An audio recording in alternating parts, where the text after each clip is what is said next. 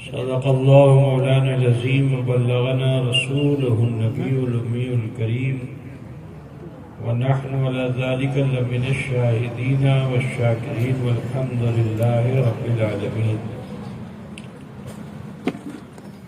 ذی وقار علماء ملت اسلامیہ، شورائے اسلام،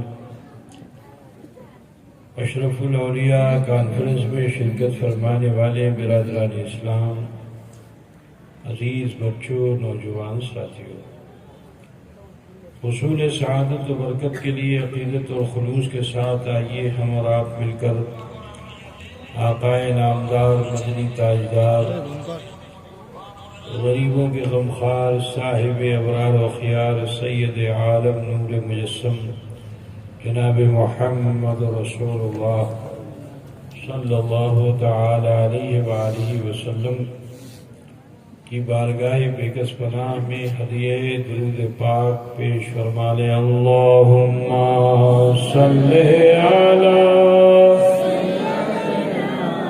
مولانا محمد وعلی آلہ مولانا محمد۔ اللہم صلی علی مولانا محمد وعلی آل سیدنا مولانا محمد صلی اللہ علیہ وسلم۔ آج یہاں کے مسلمانوں نے ہر سال کی طرح ایک مثال بھی مخدوم اشرف مشن کی ترقی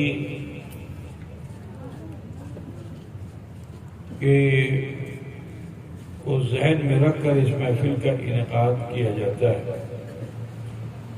آج سے نہیں، سالوں سے یہ محفل منعقد ہوتی ہے اور بحمدہ تعالی اس کا فیض جاری و ساری ہے۔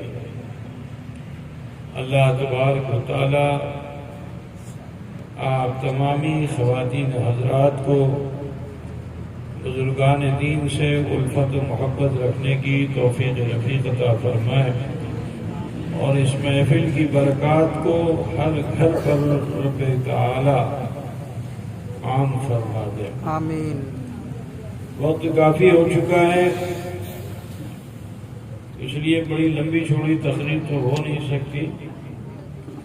خطاب آپ نے سنا، سماعت فرما لیا، مولانا شاہجہاں اشرفی اور بھی دیگر علماء تھے، اور نور چشم مولانا سید معاذ اشرف نے بھی اپنا خطاب آپ کے سامنے پیش فرمایا۔ مجھے یقین ہے کہ انشاءاللہ تعالی آپ سب کے قلوب و اذہان ضرور منور و مجلہ ہو چکے ہوں گے۔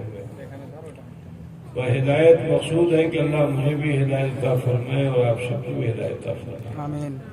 ایک بات کہنی ہے کہ ابھی مخدوم اشرف مشن کے تعلق سے مولانا شاہجہاں نے بتایا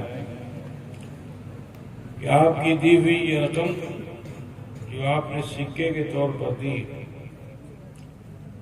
اب وہ ہمارا سسٹم یہ ہے کہ آپ کا پیسہ جو ہے وہ بینک میں جمع ہوتا ہے، پھر واپس کام میں لگایا جاتا ہے، لیکن یہ کوائنز کا مسئلہ ایسا ہے کہ اس کو بینک قبول نہیں کرتا ہے، جس کی وجہ سے پریشانی ہے۔ بہرحال آپ سب نے اس میں حصہ لیا، یقین جانیے جن لوگوں نے اس میں حصہ لے لیا ہے وہ انشاءاللہ تعالی محتاج نہیں رہیں گے۔ یہ رقم میں آج جو آپ نے لیا یا جو لیں گے، اللہ ان کے خزانے کو خالی نہیں رکھے گا انشاءاللہ تعالی، بہت برکتیں ہوں گی، کیونکہ رقم آپ نے دی تھی یہ لوٹ کر دین کے کام میں گئی، آج پھر وہ آپ کے بیچ آ گئی ہے، اس رقم کو، اس سکے کو آپ اپنے پاس رکھو گے تو انشاءاللہ تعالی برکت سے محروم نہیں رہو گے۔ تو جن لوگوں نے نہیں لیا ان سے کہنا ہے کہ اس کو لے لیں تاکہ مدرسے کے لیے کچھ آسانی حاصل ہو جائے، تاکہ یہ رقم بینک جائے اور بینک کے ذریعے سے پھر جو ہے جہاں ضرورت ہے وہاں لگے۔ زیادہ آسان اور بہتر ہو جائے گا۔ مجھے امید ہے کہ یہاں کے لوگ جو بھی ذمہ دار اس رقم کو لے کر آئے ہیں اسے یہاں اپنے مصرف میں ضرور شامل کر دیں گے۔ بہرحال میں نے جس آیت کریمہ کی تلاوت کا شرف حاصل کیا، اللہ رب العزت ارشاد فرماتا ہے قد افلح من زکاہا، تحقیق کہ وہ فلاح پا گیا جس نے اسے مزکا کر دیا۔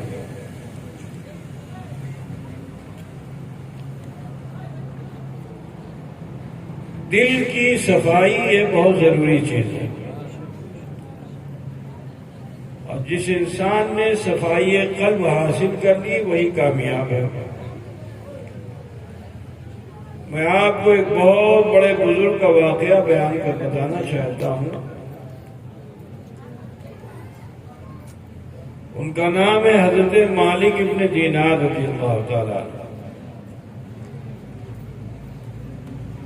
حضرت مالک ابن دینار ایسے جلیل القدر بزرگ ہیں کہ جن کی شہرت عرب و عجم میں تھی، اور بڑے بڑے اولیاء آپ کا احترام کرتے تھے۔ آپ سے نسبت حاصل کرنا مائے افتخار سمجھتے تھے۔ تو یہ فطری چیز ہے کہ کسی آدمی کو اگر زیادہ عزت دی جائے تو بہت خوش ہوتا ہے وہ، ہے نا بھائی؟ مثال کے طور پر سماج میں تھا، اس کو پردھان بنا دیا جائے، 10 لوگ واہ واہ اس کی کریں تو وہ خوش ہوتا ہے کہ نہیں ہوتا ہے؟ ارے یار بولو گے آپ لوگ؟ یہ فطری چیز ہے، انسان کی فطرت ہے۔ میری ہی تعریف آپ زیادہ کرو گے تو میں منہ سے کچھ نہ بولوں لیکن دل بہت خوش ہو جاؤں گا کہ ہاں یار میں نے تو کچھ کام کیا ہے نا۔ تو حضرت مالک ابن دینار رضی اللہ تعالیٰ عنہ کو بھی یہی تھا، کیونکہ کوئی آپ کو برا کہنے والا تھا ہی نہیں۔ ہر آدمی بادشاہ ہو تو احترام کرے، فقیر ہو تو احترام کرے، اللہ کا ولی ہو تو وہ بھی احترام کرے۔ بڑے بڑے اولیاء آپ کی عزت کرتے تھے، مالک ابن دینار کی۔ ایک موقع پر آپ بصرہ شہر میں داخل ہوئے۔ عراق میں ایک شہر کا نام ہے بصرہ۔ آپ لوگ رابعہ بصری کو جانتے ہیں کہ نہیں جانتے؟ معلوم ہے نا؟ یہ بصرہ ایسی جگہ ہے کہ جہاں بڑے بڑے اولیاء نے اپنے کمالات دکھلائے۔ حضرت جنید بغدادی کا نام سنا آپ لوگوں نے؟ آل رسول کے عاشق، آل نبی سے مقابلے پر آ جائیں تو جیتنے پر فخر نہ کریں، ہارنے پہ فخر کریں، سید الطائفہ بنا دیے جائیں۔ وہ جنید بغدادی عبادت کرنے میں اتنا کمال لگتے تھے کہ صرف زمین پہ عبادت نہیں کرتے تھے، انہوں نے کہا لاؤ پانی پہ عبادت کروں گا، تو مصلی کو پانی پہ بچھا دیا اور عبادت کرنے لگے۔ تو حضرت رابعہ بصریہ بصرہ میں تھی، انہوں نے جنید بغدادی کے اس عمل کو جو دیکھا تو کہا فخر مت کرو، اتراؤ نہیں، اے جنید اپنے عمل پہ اتراؤ نہیں۔ آپ نے مصلی کو فضا پہ چھوڑ دیا، ہوا میں، بتاش میں چھوڑ دیا، بتاش بولتے ہیں نا تمہاری بھاشا میں، بتاش میں چھوڑ دیا اور اس پہ عبادت کرنے لگی۔ تو کوئی ہے جو تم سے بڑھ کر ہے، اتراؤ نہیں۔ حضرت مالک ابن دینار بھی بصرہ پہنچ گئے۔ اب جو مالک بن دینار بصرہ پہنچے، صبح کا وقت تھا، اور صبح میں آپ جانتے ہو نا پھل منڈی سبزی منڈی سب لگتی ہے نا، آپ کے وہاں لگتی کہ نہیں لگتی؟ ہاں، تو اب جیسے بھٹو اپنا پھل اکٹھا کر کے رکھتا ہے نا، اس کو سجانے کی بھی کوشش کرتا ہے، اچھا لگے، کسٹمر اس کو دیکھے تو خوش ہو جائے، انار ایسے رکھا ہے تو سنترا ایسے رکھا ہے۔ تو جو پھل والے ہوتے ہیں ان کی عادت یہ ہوتی ہے کہ جو پھل سجا کے رکھتے ہیں تو اس کو کپڑے سے خوب صاف کرتے ہیں۔ ارے یار اب بیٹھ جاؤ بھائی، تو اس کو چمکاتے ہیں، کپڑے سے صاف کرتے ہیں، پھر لگاتے ہیں۔ تو اب وہاں بصرہ بصرہ کے بازار میں جو حضرت مالک ابن دینار گزرے، یہ واقعہ مجھے بھی یاد ہے نا، ابھی یہ فکس لیا گیا نا انجیر۔ بنگال کے لوگ تو انجیر جانتے بھی نہیں کہ انجیر کیا ہے، اب جاننے لگے الحمدللہ۔ پہلے تو لوگ جانتے بھی نہیں تھے انجیر کیا ہوتی ہے، یا مجھے بہت پریشانی ہوتی تھی جب میں کسی کو بتاؤں کہ انجیر، تو وہ کہا انجیر کیا ہوتی ہے، کسی کو سمجھ میں نہیں آتی کیسی ہوتی ہے۔ ابھی تو دیکھا میں نے کہ یہاں سامنے آ گئی انجیر، یہ جنتی پھل ہے۔ اسی پھل کے گاچھ کے پتے کو سے حضرت آدم علیہ السلام نے، جب آپ کا حلہ بہشتی اترا تھا نا، تو حضرت حوا اور حضرت آدم نے اسی پھل کے پتے سے، اسی پیڑ گاچھ کے پتے سے اپنے ستر کو ڈھکا تھا۔ پوچھتے سنتے بابا، یہ انجیر وہ پھل ہے جو جنت کا پھل ہے، جس نے حضرت آدم علیہ السلام کے ستر کو چھپا لیا تھا۔ ستر سمجھتے ہو نہیں سمجھتے؟ سمجھتے ہو نا؟ یہاں سے لے کر کے یہاں تک مرد کا ستر ہے، اور عورت پوری چہرہ اور یہ ہاتھ چھوڑ کر کے، بولو بولیے نا، پوری عورت۔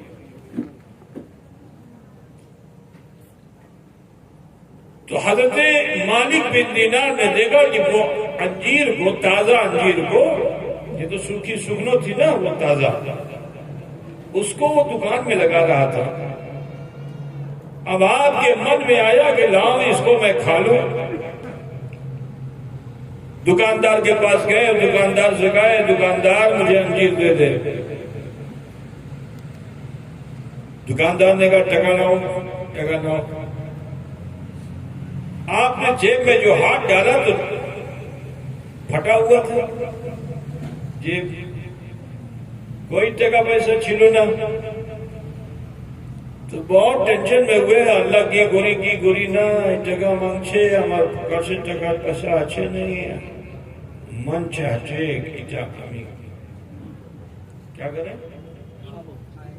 کھابو۔ اب پیسہ ہے نہیں، پیسہ مانگتا ہے، بغیر پیسے کے دے گا نہیں، اور نفس کہتا ہے اس کو کھاؤ۔ اب حضرت مالک بن دینار بڑی چنتا میں تھے۔ اچانک خیال آیا کہ ساری دنیا تو میرا بہت احترام کرتی ہے، اور کسی کو میرا رومال مل جائے تو بہت خوش ہوتا ہے، کوئی کپڑا پا جائے تو بہت خوش ہوتا ہے، کوئی ٹوپی پا جائے تو بہت خوش ہوتا ہے، کوئی جوتا پا جائے تو سر کا تاج بنا لیتا ہے۔ تو کہا یہ بھی تو ایک انسان ہے، میرے پاس ٹکا پیسہ نہیں، چلو اس کو اپنا جوتا دے دیتا ہوں۔ اب انہوں نے اپنا جوتا اتارا اور دکاندار سے گئے، دکاندار لے۔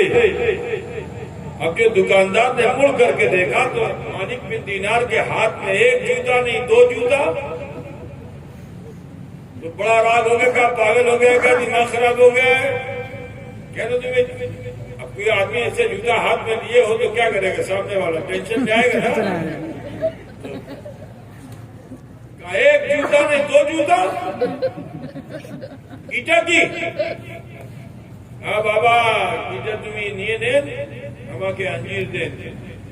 انجیر کو انگریزی میں فکس کہتے ہیں، ٹھیک ہے نا؟ کہا پاگل ہو گیا، دماغ خراب ہو گیا ہے کہ انجیر جوتے کے بدلے میں ملے گی، اور وہ ابھی پھٹا ہوا جوتا۔ جاؤ صبح سکالے ہماری بونی خراب مت کرو، جاؤ۔ ڈانٹ کر کے بھگا دیا۔ مالک بن دینار کو اس دن بڑی چوٹ لگی، اس دن دل پہ چوٹ لگی۔ ان کو تو اپنی ایگو تھی، انا تھی، آئیے بادشاہ آئے تو احترام کرے، فقیر آئے تو احترام کرے، پیر ولی آئے تو احترام کرے، سب ان کی عزت کرتے تھے۔ آج تک انہوں نے کبھی ڈانٹ نہیں کھائی تھی، لیکن جب اس دکاندار نے ڈانٹا کہ سکالے تم یہ چکی کھول لیں، جاؤ جاؤ ہماری بونی خراب مت کرو، تو جب ڈانٹا تو مالک بن دینار کو بہت چوٹ لگی، اور اللہ کی بارگاہ میں عرضی لگانے لگے کہ اے اللہ، جوتے کو بغل میں دبایا، آنکھ سے آنسو بہ رہا ہے، اور اللہ کی بارگاہ میں عرضی لگا رہی ہے، اللہ تیری اس دنیا میں اب میں نہیں رہوں گا جہاں مانوس بستے ہیں، جہاں انسان رہتے ہیں وہاں میں نہیں رہوں گا، کیونکہ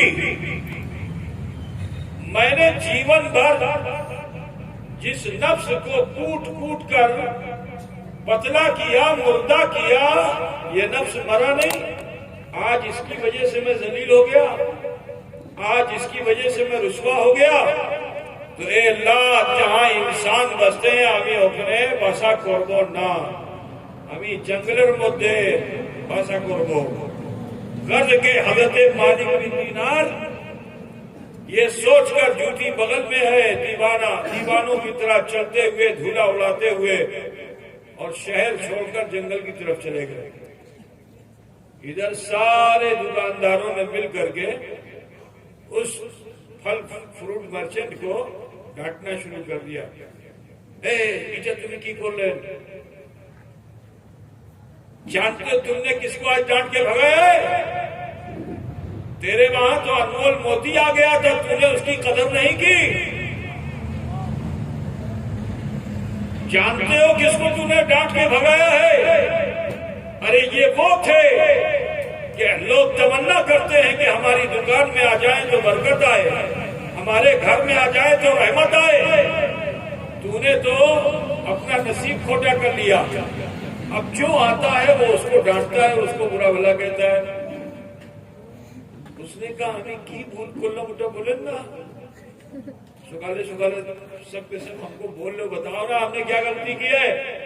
کہا ابھی جس کو تم نے ڈانٹ کے بھگایا جانتے ہو کون تھے؟ کہا ہم کو نہیں معلوم، ہم تو ہی سمجھتے وہ پاگل مانوس تھا۔ کہا اے نادان، وہی تو مالک بن دینار تھے، سبحان اللہ سبحان اللہ، وہی مالک بن دینار تھے جن کے لیے ہم آرزو کرتے ہیں کہ وہ ہماری دکان میں آ جائے تو برکت آ جائے، گھر میں آ جائے تو رحمت ہو جائے۔ تو نے تو اپنا نصیب کھوٹا کر لیا۔ اتنا جو اس نے سنا نا تو وہ چکر کے رونے لگا، اٹھا ہمیں بھول کھولا، ہم نے تو من میں سوچا تھا کہ مالک بن دینار ملیں گے تو ہم ان سے مرید ہو جائیں گے، ان کے ہاتھ میں توبہ کریں گے، انہی کے مرید ہوں گے، لیکن ہماری محبت سچی نہیں تھی۔ اب وہ چکر کے رو رہا ہے، زمین پہ تڑپ رہا ہے، ہائے افسوس کے وہ آئے بھی اور میں نے ان کی قدر نہیں کی، وہ آ کے چلے گئے، میں نے ان کی قدر نہیں کی۔ رو رہا تھا، چکر رہا تھا کہ اسی درمیان ان کا غلام آ گیا۔ اب جو غلام آیا تو غلام سے کو جب دیکھا اس دکاندار نے تو غلام سے کہا کہ اے غلام، کیا تو آزادی چاہتا ہے؟ غلام نے کہا کون ہے کہ جو آزادی نہیں چاہتا؟ کہا تو میں تجھے آزاد کر دوں گا، لیکن ایک شرط ہے، یہ جو ٹوکرا ہے جس میں انجیر رکھی ہوئی ہے، اس کو میرے محبوب نے پسند کر لیا ہے، اس کو میرے محبوب نے پسند کر لیا، اس پہ ان کی نظر پڑ چکی ہے، تو لہذا اس ٹوکرے کو اٹھا، مالک بن دینار کو تلاش کر، جہاں وہ مل جائیں ان کی بارگاہ میں پیش کر، اگر وہ اسے قبول کر لیں گے تو جس سمے قبول کریں گے اسی سمے سے تو آزاد ہو جائے گا۔ غلام نے بھی فوراً جلد بازی کا مظاہرہ کیا، کہا کہیں میرے مالک کی نیت نہ بدل جائے، بہت سیوا کر چکا ہوں، آزادی مل جائے گی۔ لہذا اس نے ٹوکرے کو سر پہ اٹھایا اور ڈھونڈنے کے لیے نکل پڑا. لوگوں سے پوچھ رہا ہے مالک بن دینار کو دیکھا، مالک بن دینار کو دیکھا. غرض کے ایک شخص نے بتا دیا ہاں ابھی تو جنگل میں جاتے ہوئے دیکھا ہے. وہ بھی بھاگتا ہوا گیا. جو اندر داخل ہوا جنگل میں تو دیکھتا کیا ہے، حضرت مالک بن دینار جیسے کوئی انسان بہت غمزدہ ہو، پریشان حال ہو تو پیر رکھے ادھر پڑتا ادھر، ڈگمگاتے قدموں مالک بن دینار دیوانہ وار چلے جا رہے ہیں لہراتے ہوئے. وہ غلام پہنچا، دوڑ کر گیا، جا کے حضرت مالک بن دینار کے چرنوں کو تھام لیا، سلام پیش کیا، کہا ہے مالک بن دینار ہمارا سلام قبول کیجئے. میں غلام ابن غلام ہوں، سرکار میرا سلام قبول کیجئے. آج تک میں نے جیون میں کسی کو تحفہ نہیں دیا، لیکن آج حضور میرے نصیب میں یہ ہے کہ میں آپ کی بارگاہ میں کچھ تحفہ پیش کر سکوں. میں آپ کے لیے نذرانہ لے کے آیا ہوں، ہدیہ لے کر آیا ہوں، انجیر ہدیہ لے کر آیا ہوں، حضور اسے قبول فرما لیجئے. حضرت مالک بن دینار نے ارشاد فرمایا کہ غلام کو اسے لے جا. আমি কবুল করব না, আমি কবুল করব না, اسے لے جا. تو غلام نے کہا میں نے سنا ہے کہ آپ عاشق رسول ہیں، دیوانے رسول ہیں، شریعت محمدی پہ عمل کرنے والے ہیں، یہ آپ کیا بول رہے ہیں؟ حضور تو تحفہ دینے والے سے بڑی محبت کرتے تھے اور بہت خوش ہوتے تھے، آپ اسے ٹھکرا رہے ہیں. کہا ہے غلام تو اس راز کو نہیں جانے گا. غلام نے کہا حضور بتائیے تو صحیح وہ راز کیا ہے؟ کہا ہے غلام سن، میں ڈر رہا ہوں کہ کہیں تیرے تحفے میں میرا نفس چھپ کر نہ آ گیا ہو جسے میں نے دنیا میں چھوڑ دیا ہے. سبحان اللہ سبحان کہیں وہ چھپ کر نہ آ گیا ہو. تو غلام نے کہا حضور لایا تو ہوں میں، آپ کا نفس ہی لے کر آیا ہوں.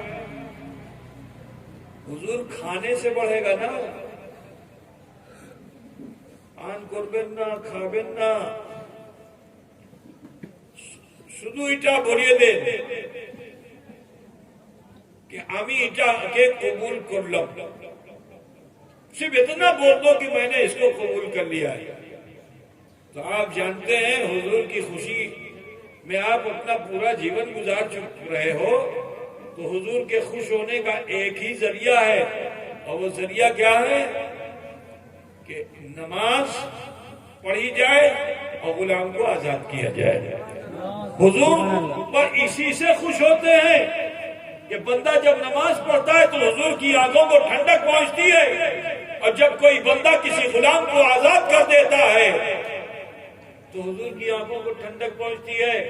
سرکار آپ کھائیے نہیں، صرف مکھ سے بول دیجئے کہ ابھی قبول کرنا، میں آزاد ہو جاؤں گا، اور جب میں آزاد ہو جاؤں گا تو رسول رحمت کی آنکھوں کو ٹھنڈک پہنچے گی.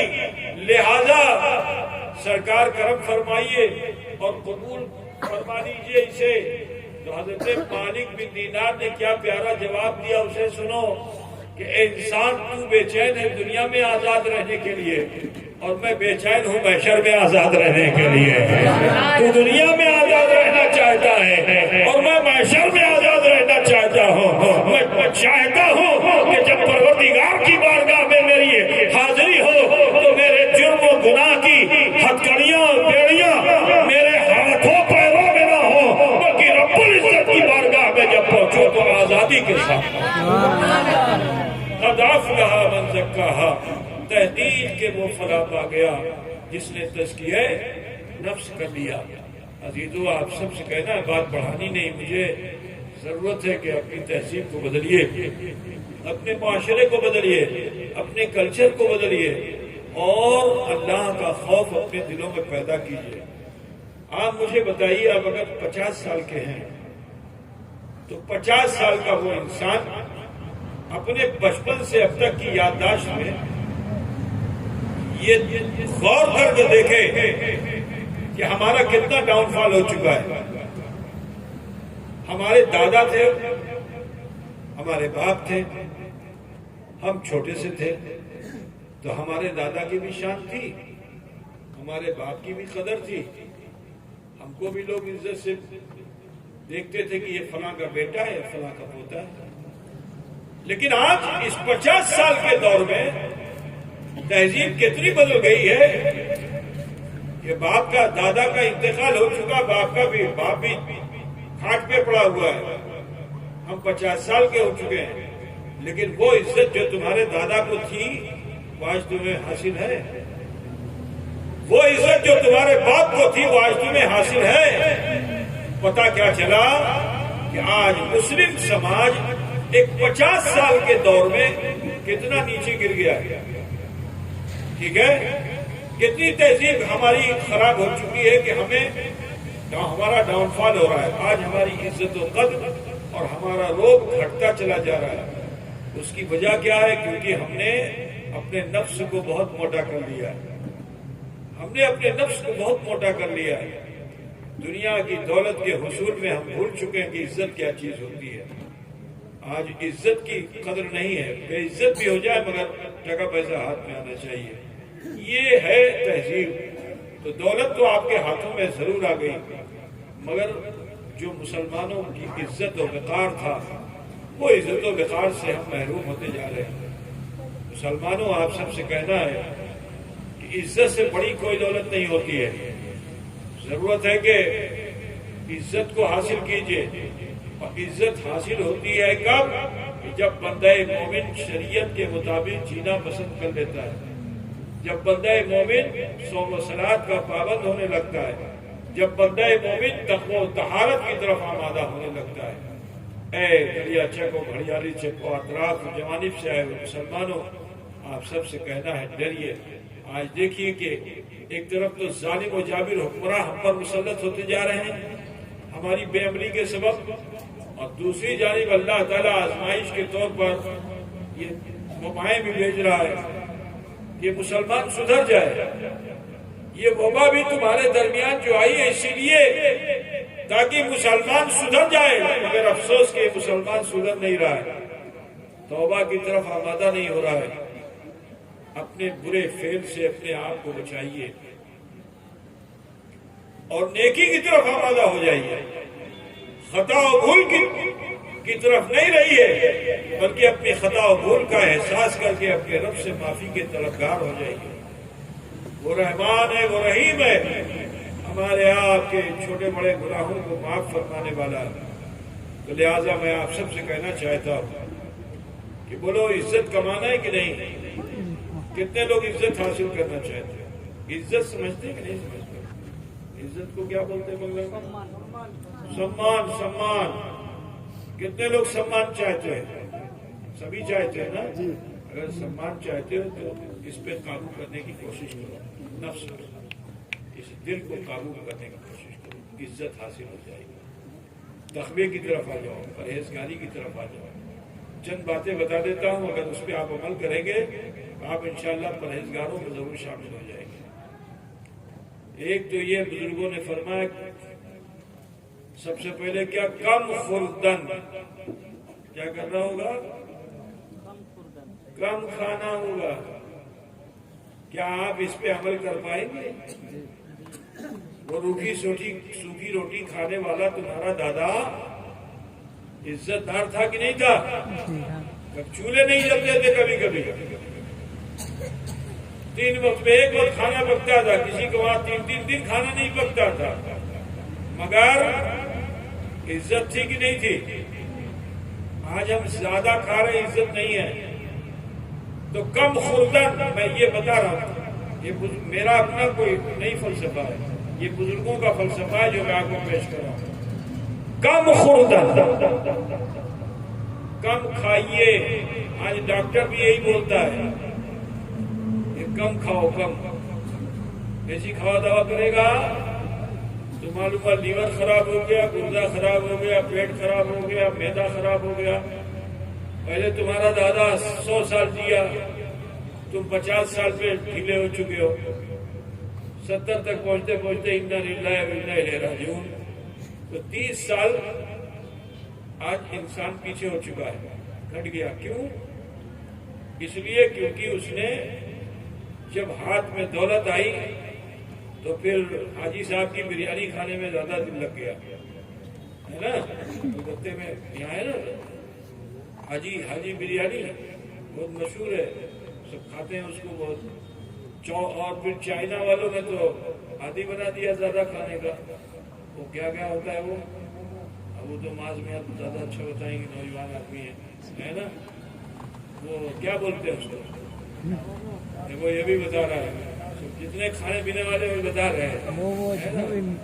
چاؤمین اور کیا, چاؤمین نوڈلس اور نہ جانے کیا ایسا نام ہے کہ کیا چاؤمین, میں بھی کچھ بول رہا ہے, موموز اور بھی کچھ ہوتا ہے. یہ سب دیکھیے آپ کو رٹا ہوا ہے, کیونکہ صبح سے شام تک کئی مرتبہ یہی سب استعمال ہوتا ہے. کم خوردن کم کھاؤ. حضور صلی اللہ علیہ وسلم نے بھی فرمایا کم کھاؤ. ہم لوگ کے سماج میں الٹا ہو چکا ہے. ہم لوگ رات میں زیادہ کھاتے ہیں, رات میں کم کھانا چاہیے. صبح اٹھ کے بھی کم کھانا چاہیے. جو بیچ والا کھانا ہے اس کو اچھے سے کھانا چاہیے. دوپہر والی ٹفن جو آپ لیتے ہو وہ اچھے سے لیتے ہیں. صبح بھی کم کھائیے اور رات میں بھی کم کھائیے. اگر آپ اس طرح رہتے ہو نا تو پھر ڈاکٹر کو آپ کو جانے کی انشاءاللہ ضرورت نہیں پڑے گی. کم خوردن کم کھاؤ. اور دوسری کیا چیز ہے, کم گفتن. بیشی بول بلنا زیادہ, اور یہاں زیادہ بولنے والے لوگ ہیں. میں جب پہلی مرتبہ آیا تھا سٹنگا پاڑا میں, مجھ کو امام صاحب کے حجرے میں رکھ دیا. اب وہ چوراہا بالکل تھا, سمجھ لیجیے ایسا کمرہ, اس میں سب جالی بھری ہوئی تھی. وہیں باہر کھڑے ہو کے سب کوتھا وارتا کرتے تھے. اب وہ کوتھا وارتا کیا کرتے تھے, سب آپس میں زور زور سے بول رہے تھے. جتنے تھے سب بول رہے تھے ایک ساتھ. تو میں نے پوچھا شمیم کے ابا سے, شمیم خادم ہے نا, اس کے ابا سے پوچھا ہم نے کہ یہ کیا ہو رہا ہے, بات لڑائی ہو رہی ہے؟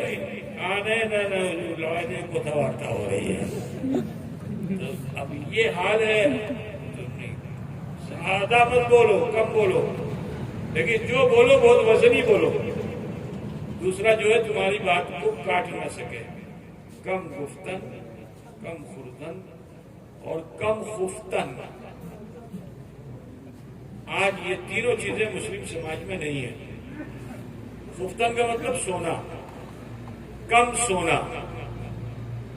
آج ہمارا حال کیا ہو چکا ہے کہ ہم زیادہ کھاتے بھی ہیں, زیادہ بولتے بھی ہیں اور زیادہ سوتے بھی. سو گئے تو 8 گھنٹہ اکٹھے ہی, 10 گھنٹہ ہو گیا تو ہے نا. تو یہ تینوں چیز آج ہمارے سماج میں نہیں ہے. جو پہلے تھی آج وہ ہمارے سماج میں نہیں ہے. یہی وجہ ہے کہ آج ہم جسمانی طور سے بھی کمزور ہو گئے, روحانی طور سے بھی کمزور ہو گئے. کیا آپ پریکٹس کر سکتے ہو؟ اس کی پریکٹس کر سکتے ہو کہ کم بولو, کم کھاؤ اور کم سو. دھیرے دھیرے کرو پریکٹس, تو انشاءاللہ تعالی جیسے جیسے آپ اس میں کمال پیدا کرتے چلے جاؤ گے, اللہ خود بخود تمہیں عزت دیتا چلا جائے گا. تو عزت کی دولت, سمان کی دولت کو حاصل کرنا ہے تو یہ 3 چیزوں پہ عمل کرنا ہوگا. آپ لوگ کر پائیں گے نہیں؟ سمجھ میں نہیں آیا؟ پیر صاحب کیا بولتے ہیں, سمجھ میں آ گیا نا؟ سارے چشتی, نقشبندی, سہروردی, قادری جتنے بزرگ گزرے ہیں سب نے یہ فارمولہ دیا اپنے عقیدت مندوں کو. یہ حقیر فقیر بھی خانقاہ سے تعلق رکھتا ہے. یہ فارمولہ آپ کو دے رہا ہوں, اسی فارمولے پر عمل کرو گے تو انشاءاللہ تعالی ڈاکٹر جو ہے اس کی اللہ رضا کا روزی سب کی ہو. میں نہیں کہوں گا کہ ڈاکٹر کی روزی ختم ہو جائے, نہیں, لیکن انشاءاللہ آپ کو دوا خانہ نہ جانا پڑے, اس کی میں دعا کرتا ہوں, ہے نا. اور میں اپنی بہن بیٹیوں سے بھی کہنا چاہوں گا کہ اگر اس پہ عمل کریں گی تو بہت سی برائی سے وہ بھی بچ جائیں گی. یہاں چند عورتیں بیٹھتی وہ بھی یہی کرتی, زیادہ باتیں کرتی نہیں. جب باتیں کرو گے تو کسی نہ کسی کی غیبت کرو گے, اور غیبت جو ہے یہ بہت برا عیب ہے, بہت برا عیب ہے. کسی ایک کی بھی غیبت آپ کر دو گے ساری نیکی آپ کی بیکار، اور اس غیبت کے بدلے اللہ تعالیٰ سزا عطا فرمائے گا۔ تو لہٰذا آپ سب سے کہنا ہے کہ کسی کی چغلی مت کرو، کسی کی غیبت مت کرو، اور اپنے پروردگار سے، اپنے رب قدیر سے چاہو کہ اس کی رحمت تمہارے ساتھ ہو جائے۔ تو یہ 3 چیزوں پہ آپ عمل کرو، اور اپنے گناہوں خطا کی معافی اپنے پروردگار سے مانگتے رہو۔ وہ رحمان رحیم ہے، چاہے تو پہاڑ کے بوجھ کے برابر بھی اگر گناہ تمہارے ہیں، ایک پل میں اللہ اسے معاف فرما دے۔ چاہے تو سمندر کے جھاگ کے برابر بھی اگر گناہ ہو، اللہ اسے ایک پل میں معاف فرما دے، کیونکہ وہ تواب الرحیم ہے، وہی زیادہ رحم کے ساتھ توبہ قبول فرمانے والا ہے۔ کتنا اچھا ہوگا، ذرا سوچو کیا کہ جو زیادہ توبہ کرنے والا اس کے لیے اللہ رحیم ہے۔ ذرا خیال کیجئے کہ جو حاکم ہے، جو احکم الحاکمین ہے، وہ ہم سب کے لیے ایسا مہربان ہے، تو ہمیں چاہیے کہ ہم اس کی طرف رجوع کریں اور اپنے عیب و خطا کو، اپنے گناہوں کو جو ہم سے سرزد ہو گئے، اسے اکٹھا کر کے ارحم الراحمین کی بارگاہ میں پیش کر دیں۔ انشاءاللہ ہمارے بھی گناہ اللہ ضرور معاف فرمائے گا۔ کیا بھئی آپ لوگ چاہتے ہیں کہ گناہ خطا اللہ معاف کر دے؟ تو پھر تھوڑا سا خانخواہی رنگ اختیار کر لیجئے، اپنے ہاتھوں کو نابی پہ باندھ لیجئے، اور ماں بہن بیٹیاں سینے پہ ہاتھ رکھ لیں، پھر سر جھکا کر من میں جھانکے دیکھیں ہمارا بچپن کیسا، ہماری جوانی کیسی، ہمارا بڑھاپا کیسا، اب تک کی زندگی کیسی ہے، کہیں مجھ سے کوئی بھول و خطا تو نہیں ہوئی؟ اگر کوئی بھول خطا گناہ سرزد ہوئے تو اسے اکٹھا کر کے ارحم الراحمین کی بارگاہ میں پیش کر دیجئے۔ اللہ غفور ہے، اللہ رحیم ہے، ہمارے آپ سب کے چھوٹے بڑے گناہوں کو ضرور بھی ضرور معاف فرمائے گا۔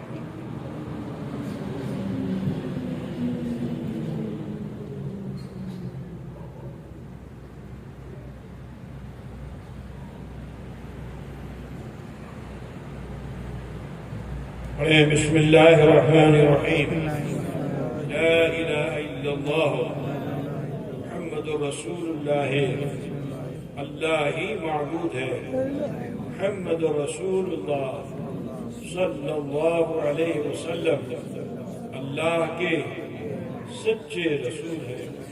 استغفر اللہ ربی من کل ذنب واتوب الیہ۔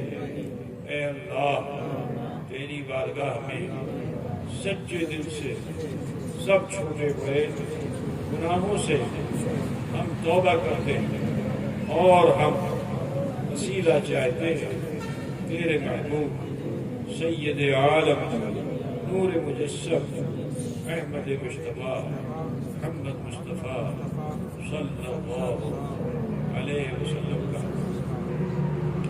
حضرات گرامی، اس تھوڑے سے وقت میں اس رحمان الرحیم نے ہم پہ فضل و کرم فرمایا، ہمیں توبہ کی توفیق بخشی، اور حدیث رسول صلی اللہ علیہ وسلم کے مطابق ہم ایسے ہو چکے گویا کہ نے کوئی گناہ کیا ہی نہیں۔